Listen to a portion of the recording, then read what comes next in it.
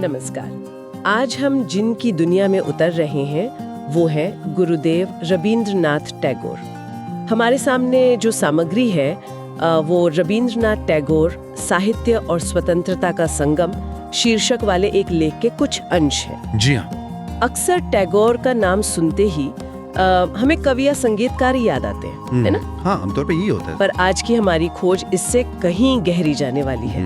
हम समझने की कोशिश करेंगे कि कैसे उनके लिए साहित्य मतलब सिर्फ कला नहीं था, बल्कि वो स्वतंत्रता की आत्मा थी। और स्वतंत्रता भी वो सिर्फ राजनीतिक नहीं, बिल्कुल नहीं, बल्कि मन की, सोच की आजादी। तो इस चर्चा का मकसद है टैगोर के जीवन और विचारों की परतें खोलना और ये जानना कि ये जो कहा जाता है साहित्य और स्वतंत्रता का संगम, इसका असल मतलब क्या था उनके लिए। सही है। अच्छा, एक दिलचस्प बात से शुरू करते हैं। ये तो शायद कई लोगों को पता होगा कि टैगोर एशिया के पहले नोबेल पुरस्कार विजेता थे साहित्य में। जी हाँ, 1913 में। तो अब केवल उनकी रचनाओं की संख्या या उनकी प्रसिद्धि में नहीं है, बल्कि उनके दर्शन की जो गहराई है उसमें है। स्वतंत्रता को लेकर उनकी जो सोच थी वो उस समय की राजनीतिक जो भी हलचलें थी उससे कहीं आगे थी। अच्छा। हाँ, वो व्यक्ति की आंतरिक मुक्ति मतलब मन की बेड़ियों को तोड़ने तक जाती थी। ये एक बहुत व्यापक दृष्टिकोण था उस समय के हिसाब से। और इसी सोच का एक बेहतरीन उदाहरण है उनकी कृति गीतांजलि। हाँ, गीतांजलि। वो सिर्फ कविताओं का संग्रह भर नहीं है, बल्कि एक गहरी आत्मिक यात्रा का एक तरह से प्रतिबिंब है। और इसी ने उन्हें विश्व मंच पर वो पहचान दिलाई। सही। क्योंकि उसमें वो सार्वभौमिकता थी जो भाषा और संस्कृति की सीमाओं को पार कर जाती है। इसने दुनिया को दिखाया कि भारत की आध्यात्मिकता कितनी गहरी और मानवीय है। ठीक है, तो इस विशाल व्यक्तित्व को समझने के लिए उनके शुरुआती जीवन पर एक नजर डालते हैं। जैसा कि स्रोत हमें बताते हैं, 7 मई 1861 को कलकत्ता के एक बहुत ही प्रतिष्ठित और बौद्धिक रूप से संपन्न परिवार में उनका जन्म हुआ। जी, टैगोर परिवार। हाँ, घर का माहौल ही कला, साहित्य, संगीत, विचारों से भरा हुआ था। ये उनके लिए एक बहुत अच्छी जमीन जैसा था, है ना? बिल्कुल, एक उर्वर जमीन। और दिलचस्प बात यह भी है कि वो जो पारंपरिक शिक्षा थी या विदेश जाकर बैरिस्टर बनना, उसमें उनकी कोई खास रुचि नहीं रही, जबकि परिवार शायद चाहता था। हाँ, उस जमाने में ये आम बात थी कि लोग बैरिस्टरी करने जाते थे। हाँ, उनका मन तो लगता था प्रकृति में, किताबों की दुनिया में। बहुत छोटी उम्र से ही उन्होंने लिखना शुरू कर दिया था। जी। और उनकी शुरुआती रचनाओं में भी वो प्रकृति प्रेम, मानवीय संवेदनाएं और एक तरह की आध्यात्मिक खोज वो साफ दिखती है। यहाँ ये समझना थोड़ा जरूरी है कि इस पृष्ठभूमि ने उनके नजरिए को, उनके विश्व दृष्टिकोण को कैसे गढ़ा। देखिए, एक तरफ तो जमींदार परिवार की वो विलासिता और दुनियादारी थी। हाँ। दूसरी तरफ घर में उपनिषदों का ज्ञान, कला, साहित्य का गहरा माहौल था। और तीसरी तरफ प्रकृति से उनका वो बहुत गहरा निजी रिश्ता। अच्छा। ये सब मिलकर एक अनोखा मिश्रण बना रहे थे जो उनकी सोच को बहुआयामी बनाता था। मतलब उनके लिए सिर्फ बाहरी दुनिया नहीं, बल्कि भीतरी दुनिया, मन की दुनिया, उसका भी उतना ही महत्व था। तो ये बचपन के अनुभव सिर्फ अनुभव नहीं थे? नहीं, बिल्कुल नहीं। ये उनके भविष्य के दर्शन की नींव रख रहे थे एक तरह से। प्रकृति उनके लिए सिर्फ देखने की चीज नहीं थी, वो एक शिक्षक थी, ईश्वर का रूप थी। और इसी नींव पर फिर खड़ी हुई उनकी वो साहित्यिक इमारत जिसने दुनिया भर में अपनी पहचान बनाई। गीतांजलि का जिक्र तो हमने किया ही। हाँ। जिसके लिए 1913 में नोबेल पुरस्कार मिला। और ये सिर्फ उनके लिए नहीं, मुझे लगता है पूरे एशिया के लिए एक बहुत बड़ा ऐतिहासिक क्षण था। बिल्कुल ऐतिहासिक। सोचिए, पहली बार पश्चिम ने पूरब की साहित्यिक प्रतिभा को इस तरह पर पहचाना, सम्मानित किया। सही कहा। लेकिन टैगोर सिर्फ गीतांजलि तक ही सीमित नहीं थे, है ना? उनका रचना संसार तो बहुत ही विशाल था। बहुत विशाल।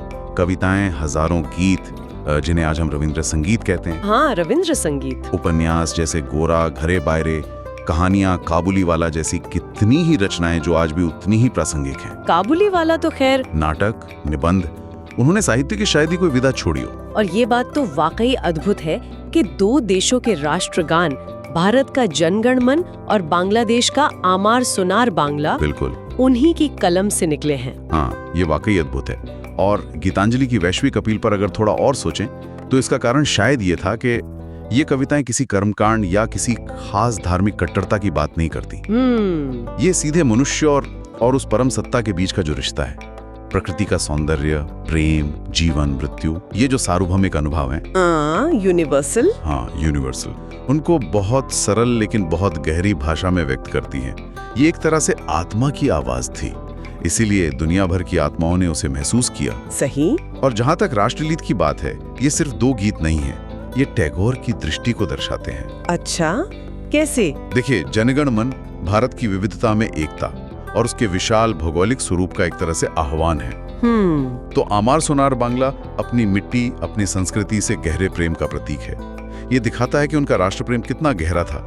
लेकिन जैसा हम आगे बात करेंगे, शायद ये अंध राष्ट्रवाद नहीं था। हाँ, ये एक महत्वपूर्ण बिंदु है। उनका साहित्य सचमुच राष्ट्रों की आत्मा से जुड़ गया। हाँ, ये बहुत जरूरी बिंदु है, राष्ट्र प्रेम और अंध राष्ट्रवाद का फर्क। अब आते हैं उनकी स्वतंत्रता के दर्शन पर, जो हमारी आज की चर्चा के केंद्र में है। स्रोतों के अनुसार टैगोर का साफ मानना था कि असली आजादी सिर्फ अंग्रेजों से छुटकारा पाना नहीं है, ये तो बाहरी आजादी हुई। बिल्कुल। उनके लिए बड़ा सवाल था, क्या हम अपने अंदर की गुलामी से आजाद हैं?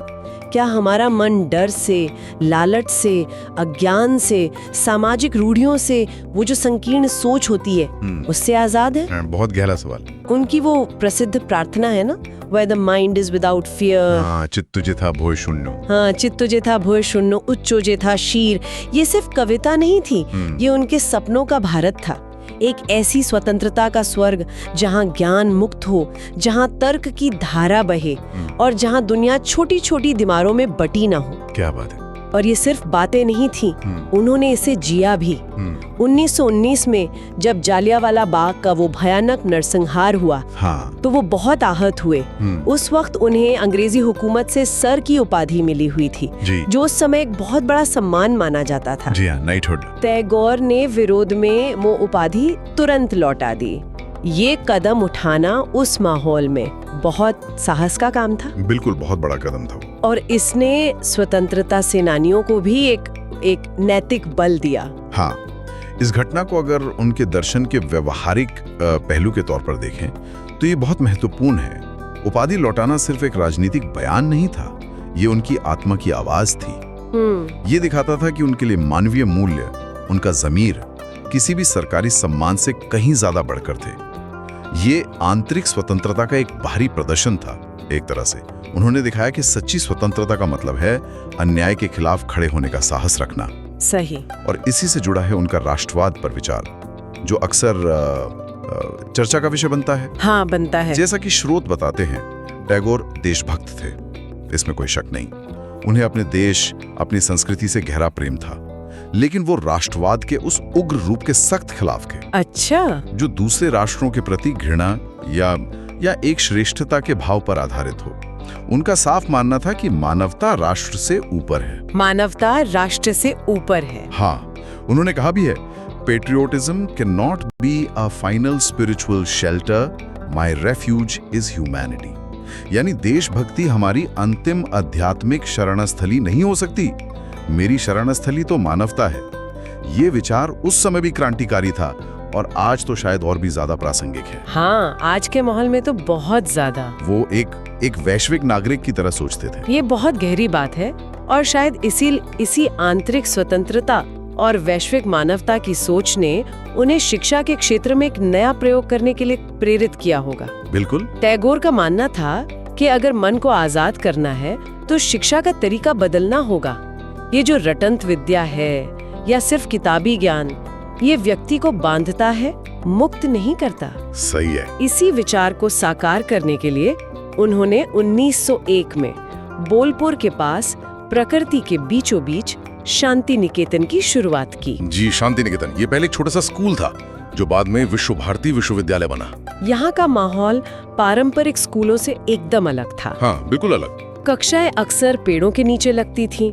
कला, संगीत, नृत्य, नाटक, साहित्य, इन सबको शिक्षा का अभिन्न अंग माना जाता था, न कि सिर्फ कोई एक्स्ट्रा एक्टिविटी। हाँ। जोर इस बात पर था कि बच्चे प्रकृति से सीखें, अपनी रचनात्मकता को खुलकर व्यक्त करें और जीवन को उसकी समग्रता में समझें। शांति निकेतन एक तरह से टैगोर के शैक्षिक दर्शन का मूर्त रूप था। उसका उद्देश्य सिर्फ डिग्री देना नहीं था, बल्कि ऐसे व्यक्ति तैयार करना था जो स्वतंत्र रूप से सोच सकें, जिनमें सौंदर्य बोध हो, जो प्रकृति और मानवता से गहरे जुड़े हों। अच्छा, ये उस स्वतंत्रता के स्वर्ग का एक छोटा सा मॉडल बनाने की कोशिश थी, जिसका जिक्र उन्होंने अपनी कविता में किया था। हाँ, where the mind is without fear वाला। जी। पारंपरिक शिक्षा प्रणाली जो अक्सर प्रतिस्पर्धा और मानकीकरण पर जोर देती है, उसके बिल्कुल विपरीत शांति निकेतन सहयोग, व्यक्तिगत अभिव्यक्ति और समग्र विकास पर केंद्रित था। लेकिन क्या ये मॉडल सफल रहा पूरी तरह? इसकी कुछ चुनौतियां भी रही होंगी। हाँ, ये जरूर कहा जा सकता है कि इस मॉडल की अपनी चुनौतियां थी और है भी। इसे बड़े पैमाने पर लागू करना, इसके मूल आदर्शों को हमेशा बनाए रखना, ये आसान नहीं रहा। लेकिन एक वैकल्पिक शिक्षा की दृष्टि देने में इसका योगदान बहुत बड़ा है। इसने कम से कम ये तो दिखाया कि सीखना एक आनंददायक और मुक्त करने वाली प्रक्रिया हो सकती है, न कि सिर्फ एक बोझ। सही है। तो अब अगर हम इन सभी पहलुओं को एक साथ रखकर देखें, उनका जीवन, उनका इतना विशाल साहित्य, स्वतंत्रता का उनका वो अनूठा दर्शन, शिक्षा का उनका ये अभिनव प्रयोग, तो ये तस्वीर बिल्कुल साफ हो जाती है कि उन्हें साहित्य और स्वतंत्रता का संगम क्यों कहा जाता है। जी बिल्कुल। उनका लिखा हर शब्द, चाहे वो कविता हो, गीत हो या निबंध, कहीं ना कहीं इसी दोहरी स्वतंत्रता की खोज से जुड़ा था। बाहरी बंधनों से मुक्ति और आंतरिक चेतना का विकास। हाँ। स्रोत इस बात पर जोर देते हैं कि उनका साहित्य सिर्फ सुंदरता या कलात्मक आनंद के लिए नहीं था, उसमें गहरा नैतिक और आध्यात्मिक उद्देश्य छिपा था। हाँ, उद्देश्य परक था। लोगों को सोचने पर मजबूर करना, उन्हें मानवीय मूल्यों की याद दिलाना, उन्हें संकीर्णता से ऊपर उठने की प्रेरणा देना। उनके गीत, जिन्हें रविंद्र संगीत कहा जाता है, स्वतंत्रता संग्राम के दौरान प्रेरणा का एक बहुत बड़ा स्रोत बने थे। बिल्कुल। एकला चलो रे जैसे कि। हाँ, एकला चलो रे। अकेले पड़ जाने पर भी सत्य के मार्ग पर चलने का हौसला देते थे। निश्चित रूप से टैगोर ने ये स्थापित किया कि साहित्य समाज से कटकर नहीं रह सकता, न ही उसे रहना चाहिए। वो मानते थे कि कवि या लेखक की भी एक सामाजिक जिम्मेदारी होती है। अपनी लेखनी के जरिए उन्होंने सामाजिक कुरीतियों पर प्रहार किया, अंधविश्वासों पर सवाल उठाए और सबसे बढ़कर मनुष्य की आत्मा को जगाने का प्रयास किया। बिल्कुल। उन्होंने दिखाया कि कला सिर्फ मनोरंजन नहीं है, ये एक शक्तिशाली औजार है, चेतना जगाने का, बदलाव लाने का और स्वतंत्रता का मार्ग प्रशस्त करने का। उनकी कलम वास्तव में स्वतंत्रता की मशाल की तरह थी। तो इस पूरी गहन पड़ताल से जो बात उभर कर आती है वो ये है कि रविंद्रनाथ टैगोर का संदेश आज भी उतना ही प्रासंगिक है, शायद पहले से भी ज्यादा। हाँ, लगता तो है। स्वतंत्रता सिर्फ बाहरी परिस्थितियों का नाम नहीं है, ये एक आंतरिक अवस्था भी है और साहित्य, कला, शिक्षा, ये सब उस आंतरिक स्वतंत्रता को पाने और उसे अभिव्यक्त करने के महत्वपूर्ण साधन है। साहित्य और स्वतंत्रता का संगम, ये उक्ति उनके जीवन और कार्य को पूरी तरह से समेट लेती है। सही कहा। और शायद हमारे लिए यहाँ सबसे बड़ी सीख यही है कि हमें न सिर्फ बाहरी दुनिया में न्याय और समानता के लिए लड़ना है, बल्कि अपने अंदर बैठे डर, पूर्वाग्रह, अज्ञान और वो जो संकीर्ण सोच की दीवारें हैं, उनको भी लगातार तोड़ते रहना है। असली आजादी शायद इसी दोहरे संघर्ष में है। और यहीं पर एक विचारणीय प्रश्न उठता है जिस पर हम सब सोच सकते हैं। जी। टैगोर ने हमें आंतरिक मुक्ति का मार्ग दिखाया, अपने भय, अपनी सीमाओं को चुनौती देकर आगे बढ़ना। आज हम एक ऐसी दुनिया में जी रहे हैं जहां सूचनाएं तो बहुत हैं, बाहरी स्वतंत्रता के अवसर भी शायद पहले से ज्यादा हैं। हाँ है तो। लेकिन क्या हम सचमुच आंतरिक रूप से स्वतंत्र महसूस करते हैं? कहीं ऐसा तो नहीं कि हम आज भी नए तरह के डर, नई तरह की संकीर्णताओं या फिर ये जो डिजिटल दुनिया है उसके बनाए अदृश्य पिंजरों में कैद होते जा रहे हैं? ये सोचने वाली बात है। टैगोर के विचार हमें इस पर आत्ममंथन करने के लिए प्रेरित करते हैं कि सच्ची स्वतंत्रता के मायने आज हमारे लिए क्या हैं।